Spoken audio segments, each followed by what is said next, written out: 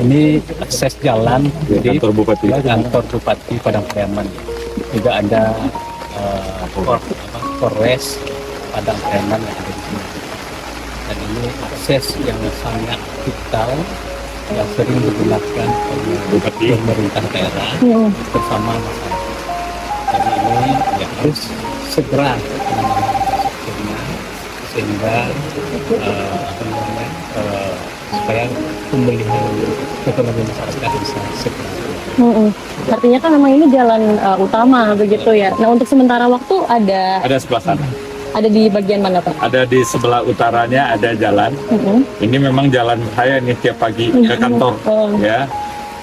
Tapi ada satu lagi di sebelah sana, sebelah utaranya, ya kurang lebih sekitar 300 meter dari sini. Artinya memang perlu muter dulu sebentar Perlu gitu muter ya dulu, Pak ya. gitu kan ya. Terus yang kedua, di belakang sana sangat banyak rumah penduduk, kantor Polres Kabupaten Padang Pariaman juga di belakang, dan beberapa sekolah. Ada SMP, ada SD, juga ada.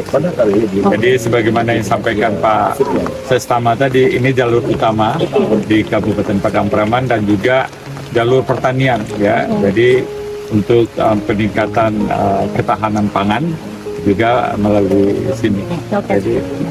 Jadi kami mohon sekali kepada BNPB karena ini memang baru 5 hari yang lalu runtuhnya.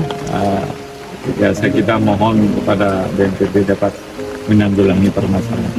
Mungkin ada target Pak kapan bisa selesai, mengingat ini adalah jalan utama begitu. Ya, seperti tadi ya, Pak Bupati kan sudah menyampaikan semua apa yang rusak, banjir dan beberapa hari ini. Dipastikan ini kan menunggu saja kita usulan semua ini dari Pak Bupati, BNPB, dan ini kan juga di akhir tahun. Jadi prosesnya mungkin akan dilaksanakan di akhir tahun dan nanti insyaallah di akhir tahun nanti sudah ada keputusan.